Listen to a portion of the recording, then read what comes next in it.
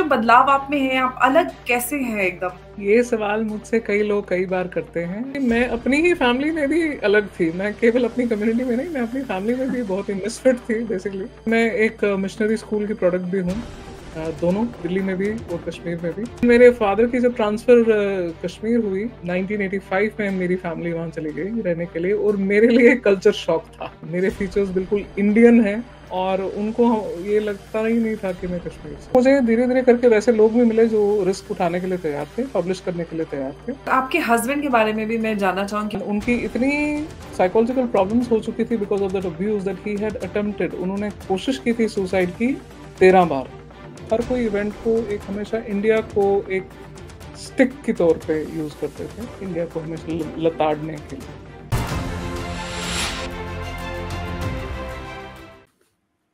जय हिंद, नमस्कार। मैं अंबर जैदी स्वागत करती हूँ आप सबका एक बार फिर से हमारे आज के खास कार्यक्रम में। और आज मेरे साथ बहुत ही खास मेहमान हैं अर्शिया मलिक, जिनको पब्लिक डिमांड पर मैं आप सबके सामने लेकर आई हूँ। बहुत सारे लोग बहुत लंबे वक्त से कह रहे थे अर्शिया मलिक को लेकर आइए, अर्शिया मलिक को लेकर आइए। फाइनली आप सबके सामने हाजिर हैं अर्शिया मलिक। उनसे बात करेंगे, उनके बारे में आप सब जानते हैं उनके बारे में। अर्शिया ऑथर है, राइटर हैं, ब्लॉगर और बहुत कुछ करती हैं। और इतने सारे जो खासतौर से मुस्लिम कम्युनिटी से रिलेटेड, जो विमेन रिलेटेड इश्यूज हैं, उन पे हमेशा लिखती बोलती आई हैं। कश्मीर से आती हैं, कश्मीर से होते हुए एक रैशनल वॉइस, ये उनको अपने आप में ही सबसे अलग बनाता है। और अर्शिया से उनके जर्नी के बारे में बात करेंगे। सबसे पहले अर्शिया जी, बहुत बहुत स्वागत है आपका। जय हिंद, नमस्कार। धन्यवाद अंबर, अपने चैनल पे लाने के लिए। आपसे मिलने की बहुत उम्मीद थी, एक आज पूरी भी हो गई। Thank you for ji, calling me to the show. Thank you so much. इतने सालों से हम एक दूसरे से इनडायरेक्टली जुड़े हुए हैं, लेकिन कभी इस तरह से बात नहीं हो पाई। और हमेशा तारिक अंकल आपकी बहुत सारी तारीफ किया करते थे। और आज जी, और वो बहुत अप्रिशिएट करते थे। तो सबसे पहले अर्शिया जी, आपकी जो एक एकदम ट्रेडिशन से हटकर जो आप कश्मीर से आती हैं, और आप वहाँ पे टिपिकली हम देखते हैं जिस तरह का स्टांस आपका होता है, चाहे हम हमारी जो सोसाइटी में प्रैक्टिसेस होती हैं उसको लेकर आपका लिखना बोलना हो, ये जो बदलाव आप में है, आप अलग कैसे हैं एकदम बिल्कुल दूसरों से जुदा कश्मीर से होते हुए?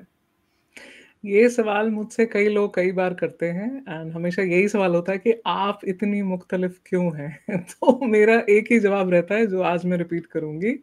मेरी जो फॉर्मेटिव एजुकेशन, फॉर्मेटिव साल हैं, जो एक बच्चे के बड़े होने के साल होते हैं, from the age of 3 to 9 usually, वो दिल्ली में थे। मेरे फादर जो थे वो पोस्टेड थे कश्मीर हाउस चाणक्यपुरी में। अगर लोगों को चाणक्यपुरी का एरिया पता होगा तो उसमें बहुत सारे भवन हैं कश्मीर के। इस तरफ उड़ीसा भवन था, इस तरफ बिहार भवन सामने था एंड कर्नाटका भवन एकदम बगल में था, महाराष्ट्र भवन था। तो मैं इन भवनों के बीच में पली-बड़ी हूँ। उतना ही नहीं, वो चाणक्यपुरी का पूरा जो कौटिल्य मार्ग है, it's known as embassy, enclave. Norwegian embassy, British embassy, Sri Lankan embassy, even Pakistan embassy and Vatican embassy भी सामने थे। और ये वो वाला दौर है, 1980s का दशक है, जब टेररिज्म इतना ज़्यादा नहीं था, इतनी ज़्यादा सिक्योरिटी नहीं होती थी, तो आप जो काइंड ऑफ मोहल्ले के जो बच्चे हैं, वो दूसरे एम्बेसी के बच्चों के साथ मिल सकते थे। कॉस्मोपॉलिटन अपब्रिंगिंग रही थी मेरी। फिर मैं एक मिशनरी स्कूल की प्रोडक्ट भी हूँ, दोनों, दिल्ली में भी और कश्मीर में भी। एंड उसकी वजह से क्या है कि एक वो इंग्लिश मीडियम एजुकेशन मिली हमेशा से।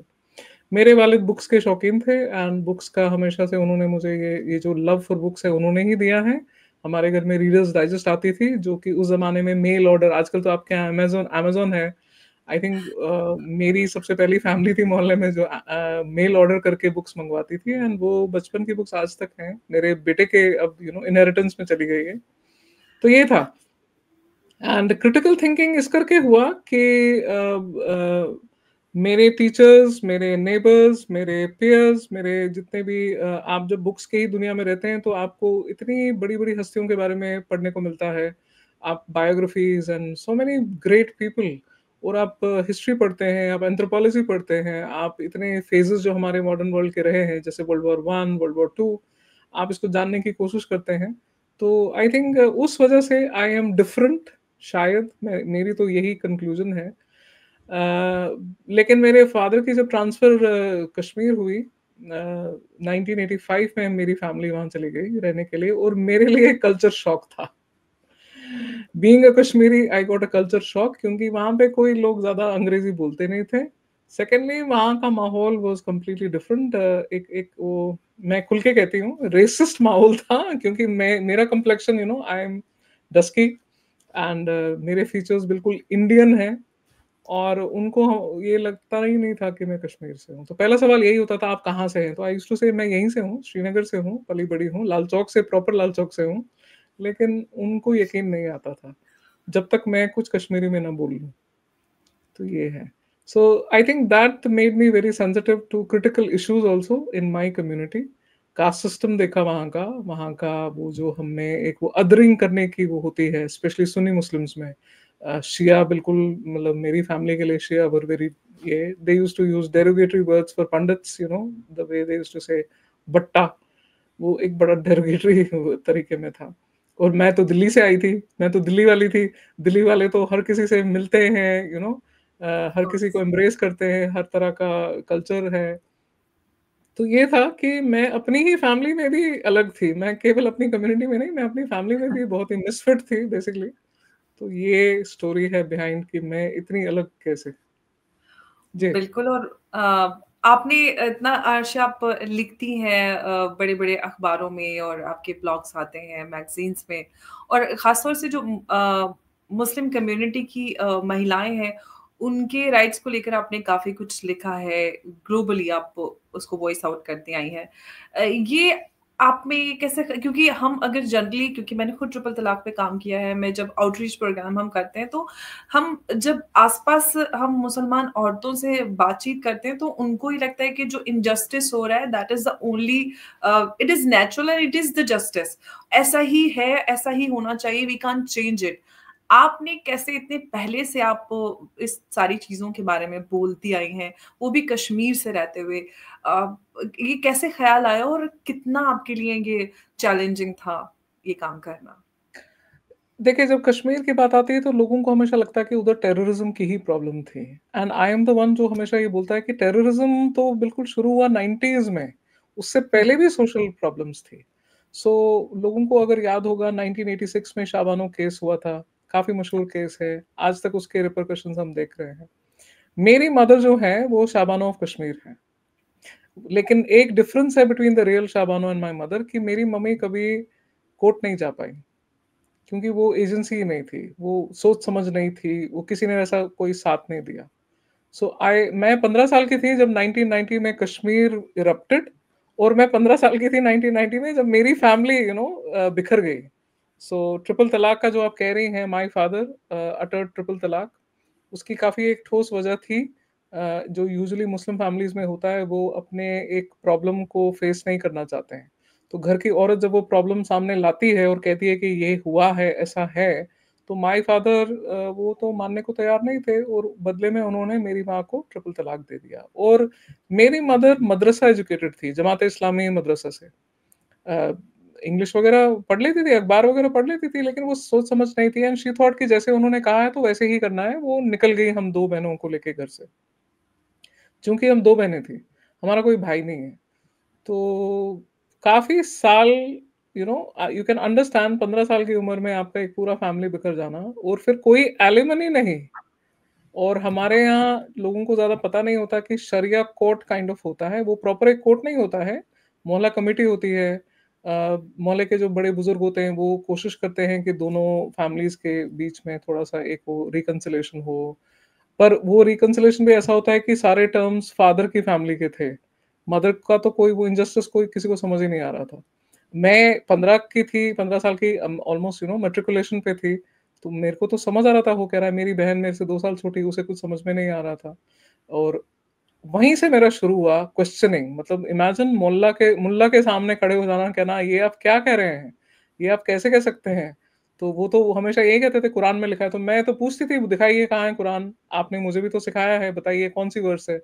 और फिर जब वो उसका तर्जुमा करने स्टार्ट करते थे, तो मैं कहती थी मुझे ये उर्दू समझ में नहीं आती, मुझे आप इंग्लिश का बताइए, क्योंकि मैं तो अंग्रेज़ी समझती हूँ। उस ज़माने में इंटरनेट था नहीं। ये जो आजकल टिप्स पे हमारे को सारे वर्सेस का मीनिंग सब कुछ ट्रांसलेशन पता है, उस ज़माने में ऐसा कुछ नहीं था। तो थोड़ा-सा तो वो दबा ही देते थे। मतलब मेरी आवाज़ तो दब जाती थी कि नहीं ये गलत हो रहा है, मेरी माँ के साथ गलत हो रहा है, मेरी बहन के साथ गलत हो रहा है, मेरे साथ गलत हो रहा है। मेरे फादर एलिमनी क्यों नहीं देंगे? आखिर अगर उन्होंने 2 बेटियों को जन्म दिया है तो वो क्यों मेंटेनेंस नहीं देंगे? लेकिन मैं फिर चूँकि इंग्लिश मीडियम एजुकेशन में भी थी एंड मेरा इतना इन्फ्लुएंस रहा था, मतलब इतनी सारी बायोग्राफीज़ ऑफ लोगों की पढ़ी थी। मेरे को ये भी समझ आ गया था कि अगर कुछ करना है तो खुद इंडिपेंडेंटली ही करना पड़ेगा। सो वो नतीजा हुआ कि 2 साल जब ये सारा चक्कर चला, 2-3 साल के फादर के पास जा-जा के, मेरे अंकल्स, मोहल्ले के वो सारे जब लगा कि कुछ नहीं हो रहा है, तो हमने दोनों बहनों ने सोचा बेस्ट है कि हम अपनी पढ़ाई पूरी करें। और वो डॉक्टर बनना चाहती थी। मेरे को पता था कि मुझे मेरा बोझ खुद ही उठाना है, तो मैं टीचिंग में चली गई। तो चूँकि कश्मीर था मिलिटेंसी, हम उसको मिलिटेंसी कहते हैं, टेररिज़्म पीक पे था, स्कूल्स बंद थे, तो एक बड़ी अपॉर्च्युनिटी मिली मुझको कि मैं अपनी पढ़ाई भी जारी करती। फ्री टाइम था, क्लासेस तो होती नहीं थी, कर्फ्यू में ही लगे रहते थे हम लोग, तो ट्यूशन्स भी स्टार्ट कर दी।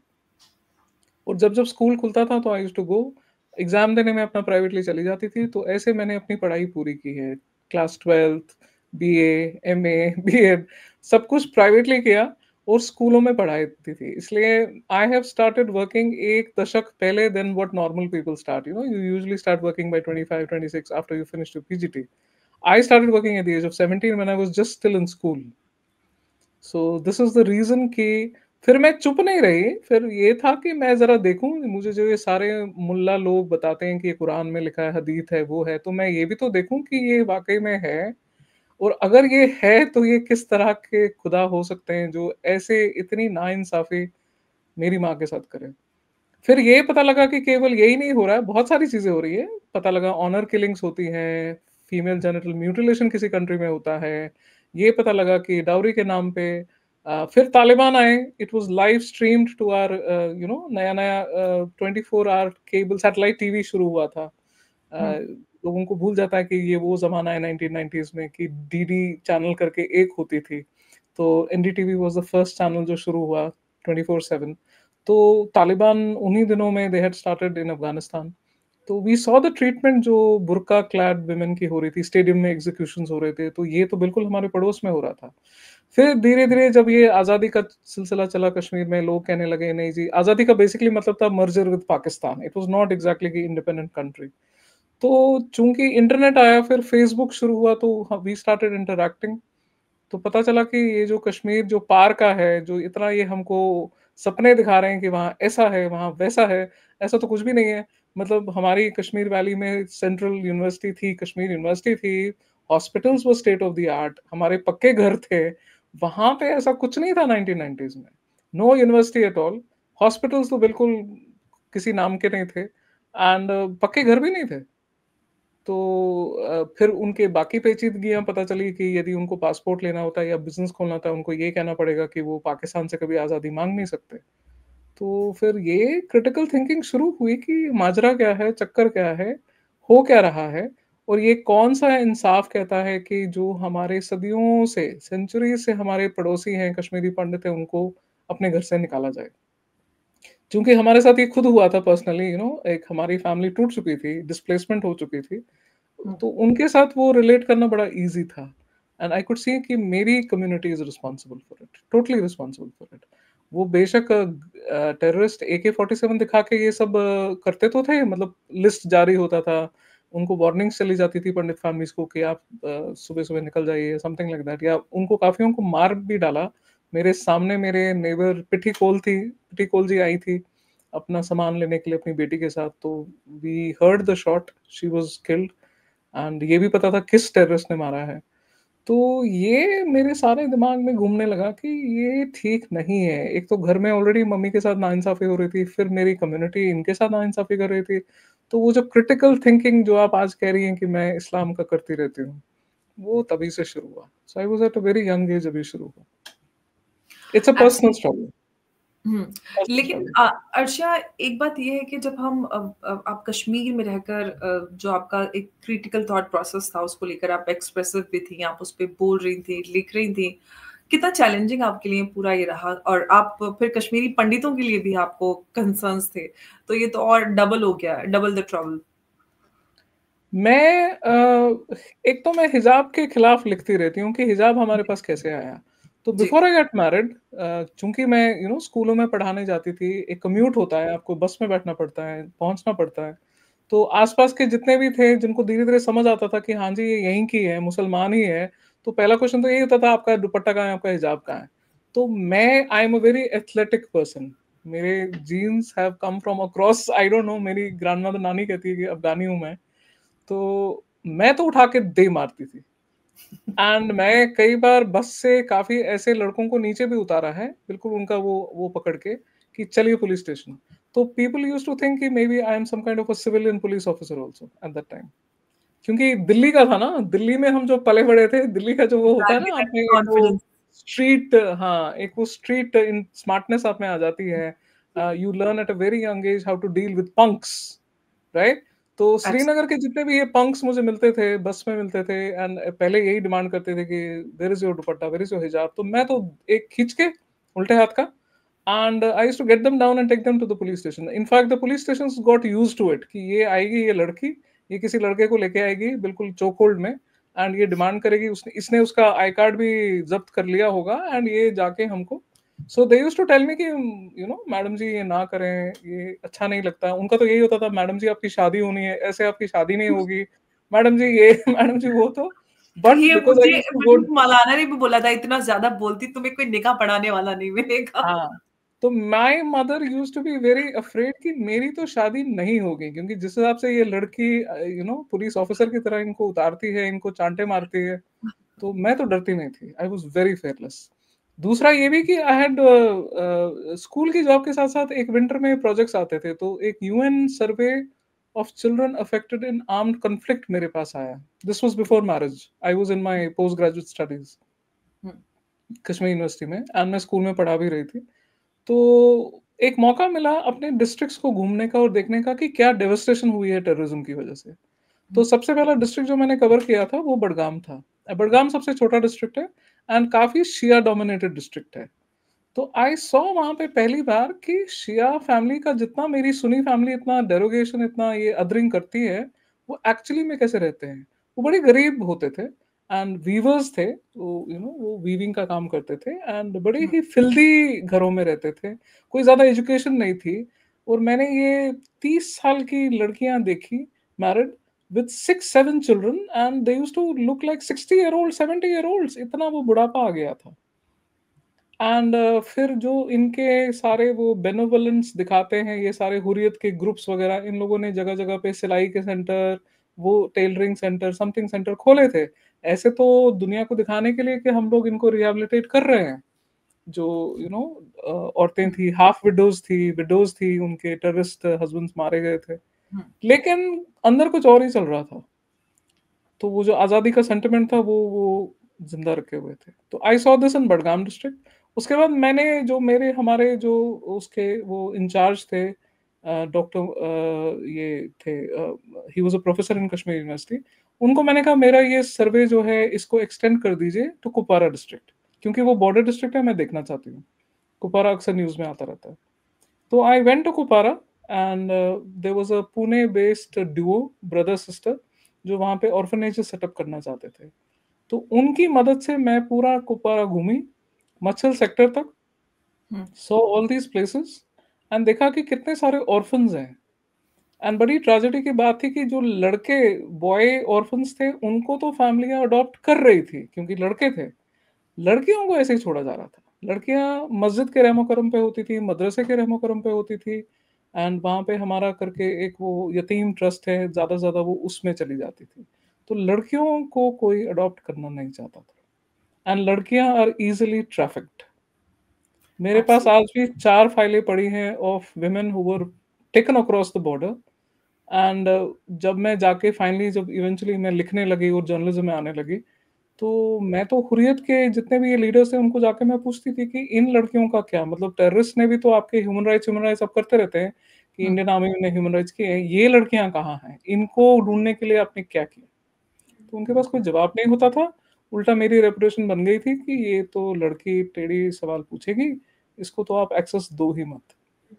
So all of these leaders, आज उनके बच्चे बड़ा कुछ पार्लियामेंट में मैंने देखा स्पीचेस कर रहे हैं, रैलीज कर रहे हैं, इलेक्शन के कैंपेन्स कर रहे हैं।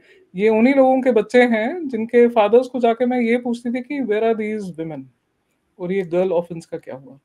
तो ये जो विंटर के महीने थे, आई सॉ द डेवस्टेशन जो मेरे स्टेट की हुई थी बिकॉज ऑफ दिस जिहाद। एंड अब तो धीरे धीरे समझ में आ रहा था क्योंकि इंटरनेट आ रहा था। I was starting to put the dots together, pattern दिखाई दे रहा था कि ये स्पॉन्सर्ड है, पाकिस्तान आईएसआई स्पॉन्सर्ड है। एंड कहीं ना कहीं तो ये थियोलॉजी से ही कनेक्टेड है, क्योंकि पाकिस्तान में हो रहा था, फिर हिस्ट्री भी पढ़नी शुरू हुई, फिर लगा कि ये तो बहुत सदियों से हो रहा है।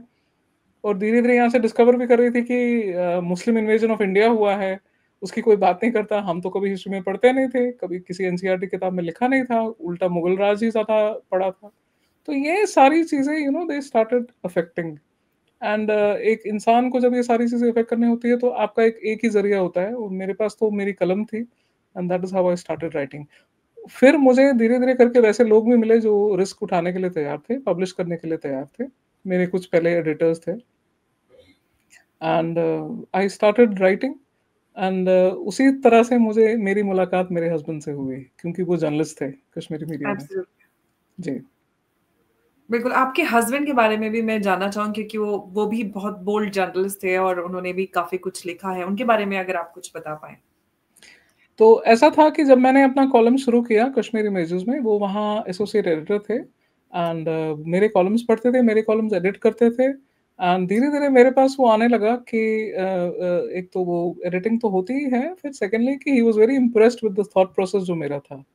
मुझे कभी प्रेज़ मिलती नहीं थी from the of Kashmirians. Course, and it was always कि लड़की ये बदचलन है, एंड ऑफ़ कोर्स लड़की यही बोला हाथ से जाता है निकल जब गई, हाथ से निकल सवाल गई है। करते हैं तो यही सारी चीज़ें टाइटल्स क्योंकि मिलते हैं। हाँ, क्योंकि I was not only being seen and heard, which I am not supposed to be, right? I was also questioning, I was daring to question theology.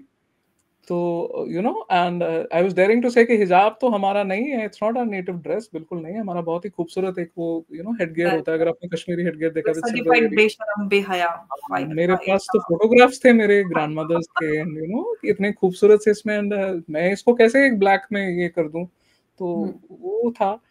And then as happened we became friends, he proposed, and मेरा तो यही था कि I learned his story when we became friends. तो for me it was another thing, another dent in the Muslim community. तो पता चला कि वो एक इंसेस्ट सर्वाइवर है, and the abuse from an older cousin had started at the age of 8, and it continued till 14 when he dared to say enough.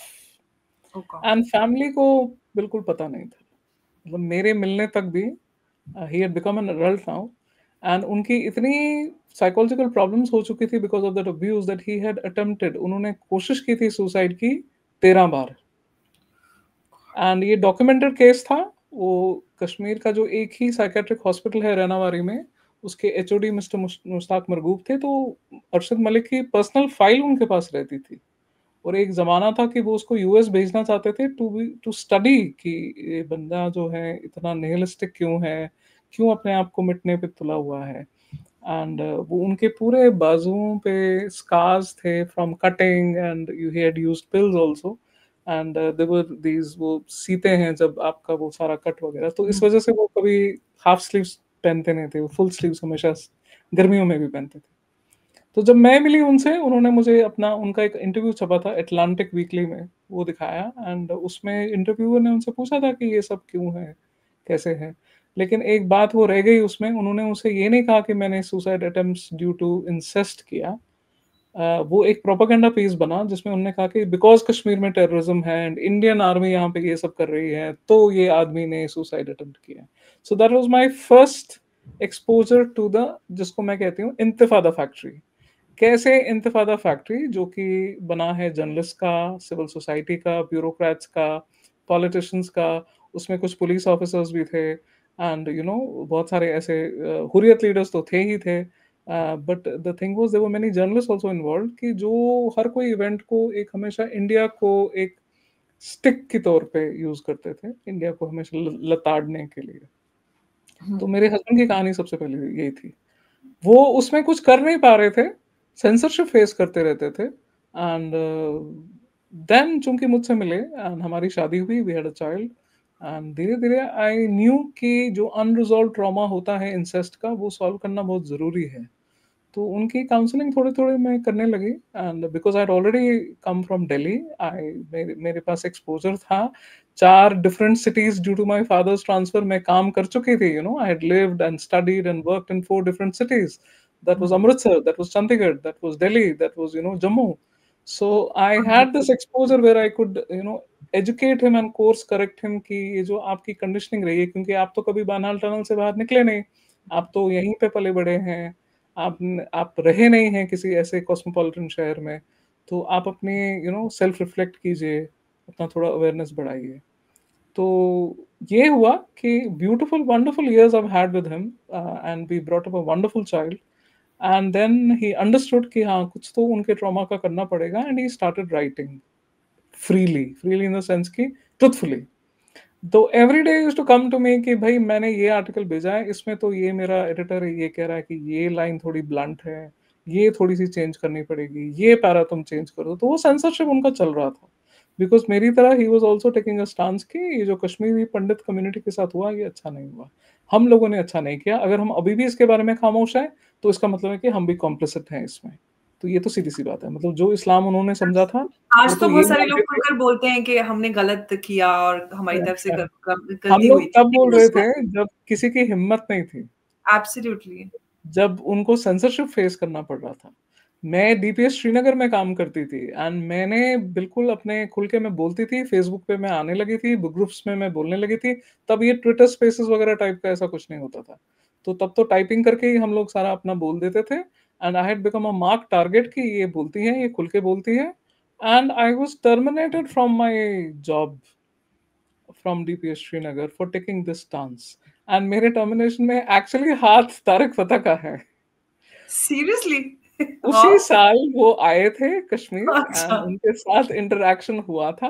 मैंने okay. शायद मैंने शायद उनके साथ फेसबुक पे, उनका शायद बर्थडे था, मैंने विश किया था और मैंने कहा था मैं आपकी किताब ओह! पढ़ रही हूँ एंड मुझे आपकी किताब के हर पन्ने पे सच्चाई दिखाई देती है, क्योंकि ये मैं खुद जी हूँ, मुझे पता है, बचपन से मैंने ये देखा है and you are very right. तो वो मार्क हो गया बिकॉज़ इंतिफादा फैक्ट्री के जो जर्नलिस्ट हैं they used to keep a watch on all our social media, हम क्या लिख रहे हैं, क्या बोल रहे हैं। And there is a prominent journalist जो कि बाद में टेररिस्ट ने ही मार डाला and he is the one who phoned my employer and called him and said that I needed to be terminated. और ये मेरे हस्बैंड की इन्वेस्टिगेशन बताती है, जिन्होंने काफी महीनों के बाद इन्वेस्टिगेट करके ये पता लगाया है कि ये टर्मिनेशन कैसे हुआ। So 2014 is the year that I was terminated. 2014 is the year Modi ji started coming back to coming into the Indian government.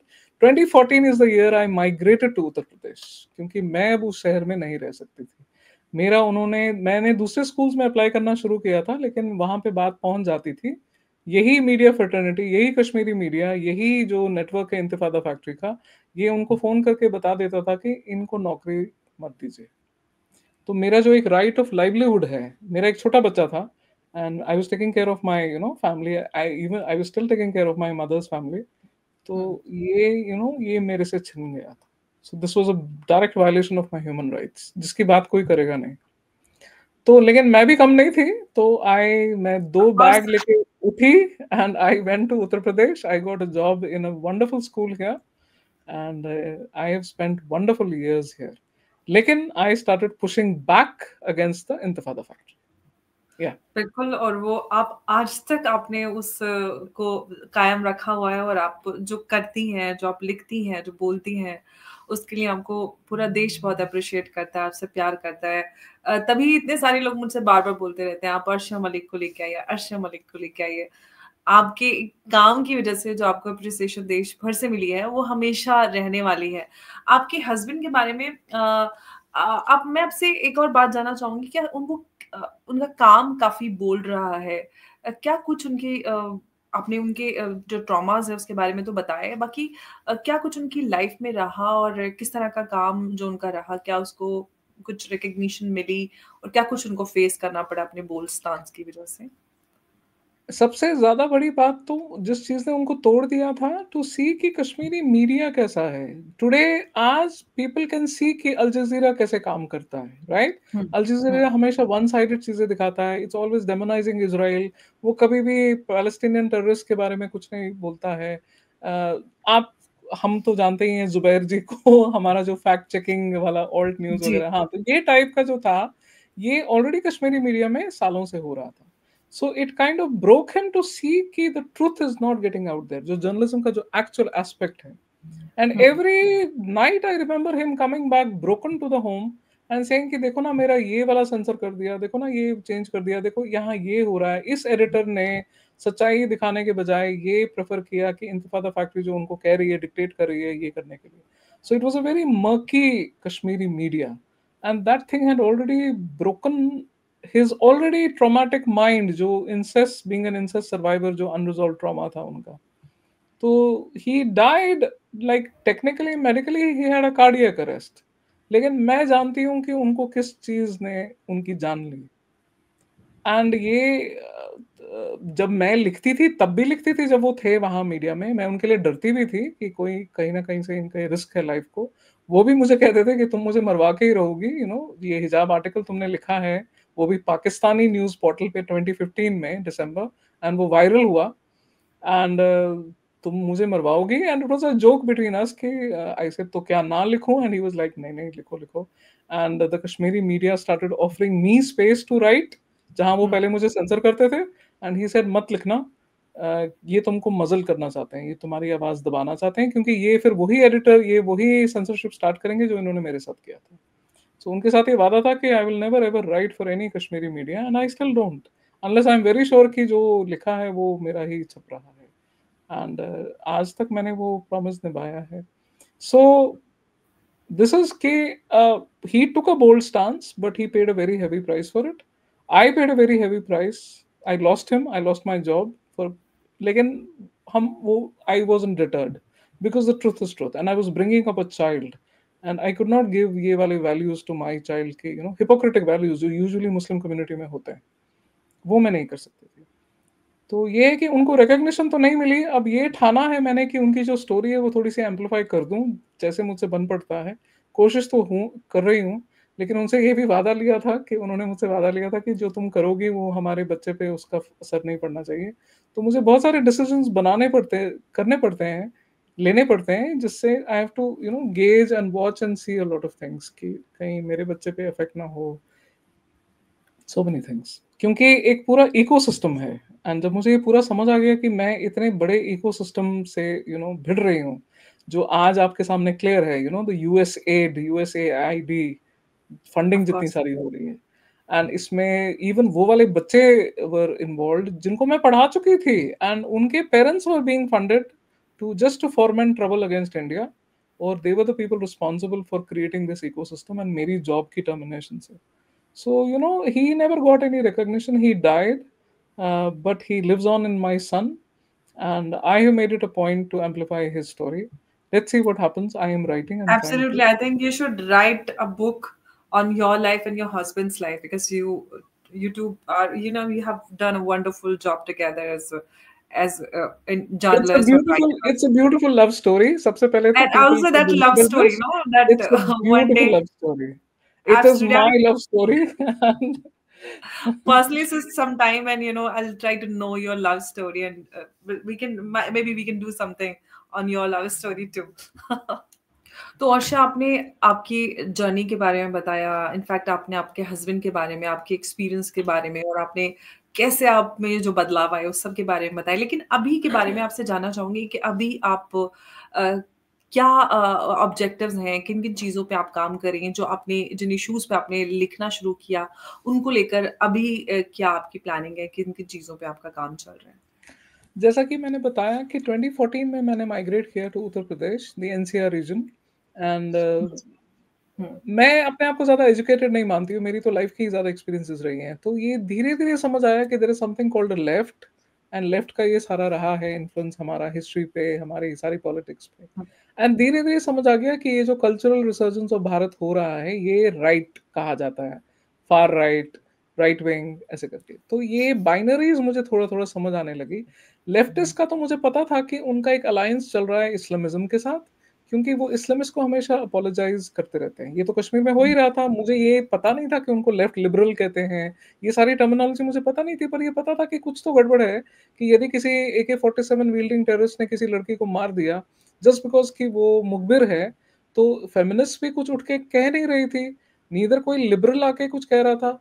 Leftist who was supposed to be liberal, who was supposed to जो उनका पूरा manifesto is about the underdog, marginalised, discriminated, वो तो ऐसा कुछ नहीं कर रहे थे। उल्टा वो ये कह रहे थे कि टेररिज्म इज जस्टिफाइड। वो जो आजकल वो पैलेस्टीनियंस भी यूज करते हैं ना कि दिस इज रेजिस्टेंस, एंड हम तो ऑक्यूपाइड हैं, तो हम तो ऐसे ही जहाद करेंगे, जहाद is perfectly justified. And we were like we live under जहाद, हेलो, हम लोग जहाद के नीचे रहे हैं, हमको पता है कि मेरे को ही पहले गोली पड़ेगी अगर मैं हिजाब नहीं पहनूंगी, मेरे को ही सबसे पहले मार मार दिया जाएगा। आई विल बी वाजिबुल कत्ल, मतलब परफेक्टली जस्टिफाइड फॉर मर्डर, अगर मैंने उठ के क्वेश्चन किया तो we were like what is happening. तो जब तक अर्शद जिंदा थे मैं पूछती रहती थी कि क्या चक्कर है, ये लेफ्ट ऐसा क्यों है। तो he had a very favourite thing of saying कि there is nothing left of the left any more. जो लेफ्ट वो जो लेफ्ट था, जो पुअर के लिए, मार्जिनलाइज के लिए, डिस्क्रिमिनेटेड के लिए जो ये सारी चली थी, क्योंकि हम तो सब लेफ्ट से ही आए थे, लेफ्टिस्ट इन्फ्लुएंस था, लेफ्टिस्ट किताबें पढ़ी थी, लेफ्टिस्ट वो प्रोफेसर्स होते थे, तो he had also a lot of influence. लेकिन इट वाज उनके ही लाइफ टाइम में ही सॉ कि what was happening with the left, जिसको हम आजकल कहते हैं रिग्रेसिव लेफ्ट। तो लेफ्ट कितना रिग्रेसिव होता जा रहा है वो उनको समझ आ रहा था। यहाँ से मेरी जो एक्सपीरियंसेस एनसीआर रीजन में हो रही थी कि Hindus, because they were getting culturally aware and politically aware, and वो अपने आजकल जो आप देख रहे हो घर वापसी एंड वक्फ लैंड एंड वो Ram Mandir construction, Ayodhya movement, everything was coming to the fore. तो मेरे जैसे आदमी को वो ट्रस्ट तो करते नहीं थे, तो उनका तो यही रहता था कि अच्छा ठीक है, आप अच्छी बातें करती हैं, लेकिन आपके नंबर कितने हैं, आप लोग कितने हो, आपका तो कोई वो इन्फ्लुएंस है नहीं, यू डोंट मैटर, तो पॉलिटिकली भी आप लोग इररिलेवेंट हो गए हैं, इलेक्टोरली भी आपका कुछ ये नहीं है। तो this started me thinking what exactly is happening. तो देन आई रियलाइज्ड कि 70 साल, मोर देन 70 ईयर्स जो ये कांग्रेस रूल के रहे हैं, इसमें न केवल हमारे जो मुस्लिम पॉलिटिशियंस हैं, बल्कि जो हमारा मुस्लिम एकेडमिया है, वो मुस्लिम इंटेलिजेंसिया जो है, जो मेरे जैसे लोग कॉलम्स लिखते हैं, आर्टिकल्स लिखते हैं, जो जी। हमारा इंटेलेक्चुअल जो ये है, उन्होंने हमको कोई कोपिंग टूल्स दिए ही नहीं, क्योंकि उन्होंने कभी सच्चाई को रिफ्लेक्ट ही नहीं किया, कभी इंट्रोस्पेक्ट ही नहीं किया कि अगर वो यदि इतने जमाने में, इतने 70 साल में जनरेशंस को ये समझा देते कि भाई हमारा एक पास्ट रहा है, कि मुस्लिम इन्वेजन ऑफ इंडिया रहा है, भारत का रहा है, काफी ब्रूटल भी रहा है, तो we would have gotten some kind of coping mechanism. क्योंकि इन द एंड जैसे होता है ना, सच्चाई तो बाहर आती ही आती है, लेकिन आजकल की जनरेशन को कोप करने का वो कोई है ही नहीं। सीधी सी बात है, मेरे सामने एक हिंदू है, नॉर्मल हिंदू है, आके बोलता है कि भाई आपके टाइम पे ये जो मुगल आए थे, वो आए थे, ये किया था, वो किया, I have no way of answering him back, क्योंकि इतना सारा डेटा वो लोग अब इकट्ठा करके आए हैं। How will I answer him? तो उसमें तो यही है कि सच है, वी डू एडमिट कि yes there has been a brutal conquest of India, and बार बार हुआ है, इधर से रेजिस्टेंस भी हुई है, वो तो हमें भी पता है, लेकिन फिर आपने क्या किया, आपने दोबारा वो जेनोसाइड कर दिया, जब आपने अपनी लेफ्टिस्ट हिस्ट्री किताबों में उसका कुछ मेंशन ही नहीं किया, बिल्कुल व्हाइट वॉश कर दिया आपने हिस्ट्री। तो इसके चलते अगर जो मेजोरिटी पॉपुलेशन है वो मुसलमानों पे ट्रस्ट नहीं करती है, तो बिल्कुल जायज है, ऑब्वियसली वो ट्रस्ट क्यों करेगी। सो this is something which made me, जो मुझ पे काफी प्रेशर था कि I should write and I should read and I should speak out. Kashmiri pandits का जो हुआ कश्मीर में, मैं तो बोलती थी, लेकिन now I started making my canvas bigger कि इंडियन मुस्लिम्स का ये सारा क्यों हुआ। एंड वहीं से आई स्टार्टेड टू अंडरस्टैंड कि देयर वाज अ 1986 शाबानो केस, तो मुझे मेरी माँ उसमें दिखाई दी। फिर मैंने देखा 1989 में इंडिया पहली कंट्री थी जिसने सलमान रुश्दी की बुक बैन की, जबकि किसी को पता ही नहीं था कि वो पब्लिश हुई है। एंड अब फिर मेरे को फिर समझ में आ गया, पीपल टोल्ड मी कि ये जो हमारा मुस्लिम एलीट है, इन्होंने ही देवबंद वालों को ये बताया था कि ये ऐसी एक किताब छपी है, जबकि देवबंद वालों को कुछ पता ही नहीं था कि there is something like that छपा हुआ है। तो ये मुस्लिम एलीट ही है जो सारा करवाता है, राइटिंग करवाता है, एक मोबिलाइजेशन, मुस्लिम मोबिलाइजेशन करके जो करता है, it is all the Muslim elite. And इनका यही होता है कि हमें जो वो पुराना पावर था हमारा मुगलों का, वो हमें बरकरार रखना है। तो ये सारी जो अपीजमेंट पॉलिटिक्स थी मुस्लिम्स की, ये मेरे समझ में आ गई। ये जो वोट बैंक पॉलिटिक्स कांग्रेस के पॉलिटिशियंस करते थे, जनरली द लेफ्ट लिबरल जो वहां के थे, जिनका कोई ये मकसद नहीं था, नीयत नहीं थी कि जो मुस्लिम पॉपुलेशन है, जिसको बार बार साचर कमेटी रिपोर्ट में कहते हैं कि सबसे पिछड़ी है, even worse than the Dalits, कि उसको किसी तरह हमें एम्पावर करना है, उसको उभारना है। ये कोई उनका मकसद नहीं था, उनका केवल अपना वोट बैंक पॉलिटिक्स था। Surveys way, but they did nothing about that to They change did the not. situation of And Muslims. I started challenging that. I started challenging all the Muslim leaders जो रहे हैं, authors रहे हैं। एजी नूरानी की किताब मैंने उठाई, उन्होंने जो आर्टिकल 370 को डिफेंड किया, एंड आई वाज लाइक, ये आदमी भारत में रह के कर क्या रहा है? ये तो पाकिस्तान की बातें कर रहा है। तो इसको मैंने सुना, मुंबई में फ्लैट था उनका, काफी एक अच्छा करियर रहा है, इतने सारे जनरेशंस ऑफ हिंदूज मुझे बोलते हैं कि we are very inspired from AG Noorani, we used to read his columns, वो ये। तो मैं कहती थी, मतलब ये एक पूरा वो बन चुका था, एक वो कल्चर कि आप क्वेश्चन नहीं करेंगे। तो मैं ये चैलेंज करने लगी, एंड फिर आई सॉ जैसे जैसे इंटरनेट बढ़ता गया, ट्विटर आने लगा, ये जो एजेंडा एक्टिविस्ट हैं हमारे, जिसमें सबसे पहले नाम आता है राना अयूब का, उसके बाद अरफा खानम शेरवानी, उसके बाद आपकी साइमा जी हैं डीजे, फिर आपके ये सारे हैं, जुबैर फिर आने लगा। तो ये इन्होंने एक वो जो स्पेस चाहिए थी क्रिटिकल थिंकिंग की, ये इन्होंने ले ली। तो कभी भी अगर हम किसी तरीके से ट्रुथ को रिफ्लेक्ट करते थे, या हम उनको भी कंडेम करते थे कि से सपोज फॉर एग्जांपल वो लिंचिंग हो गई ऑफ अ बीफ स्मगलर या समथिंग, उसको तो हम कंडेम करते ही थे। लेकिन एट द सेम टाइम जब हम अपनी कम्युनिटी का बोलते थे कि ये कुछ चीजें गलत हो रही हैं, जैसे एफजीएम जो है वो बोरा कम्युनिटी में है, और ये हो रहा है Absolutely इंडिया right. में, ठीक है। It is still हलाला existing. और मूता मैरिजेस हो रही हैं, मुझे खुद पर्सनल Hmm. केसेस पता है मुरादाबाद में, राइट। इसी तरह की क्रिटिकल थिंकिंग की स्पेस नहीं है। दूसरा, अहमदियों को आप लोगों ने पाकिस्तान में तो ऐसे ऐसे कर दिया, भारत में वो बिल्कुल महफूज है, उनको साथ कोई ऐसा कुछ नहीं होता। अहमदी मॉस्क हैं, अहमदी कपल्स हैं, श्रीनगर में अहमदी मॉस्क है, श्रीनगर में उनको कोई कुछ नहीं कहता। तो फिर आप ये दोगलापन क्यों कहते हैं कि there is a Muslim persecution in India? तो I started talking about it, I started interacting with, I started rebutting them.